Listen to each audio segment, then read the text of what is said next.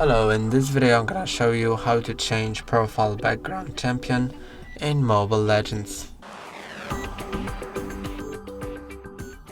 To do it, click on the left top part of your screen to open the profile.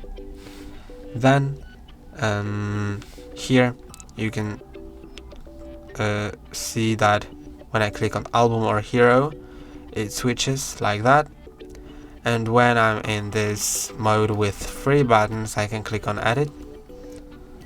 Then you can choose the hero you want to display.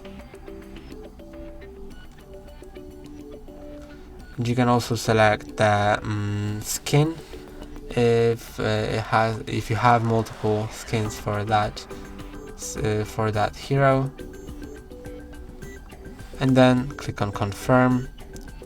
And now it's set as your background. That's all for today. Don't forget to like and subscribe. See you next time.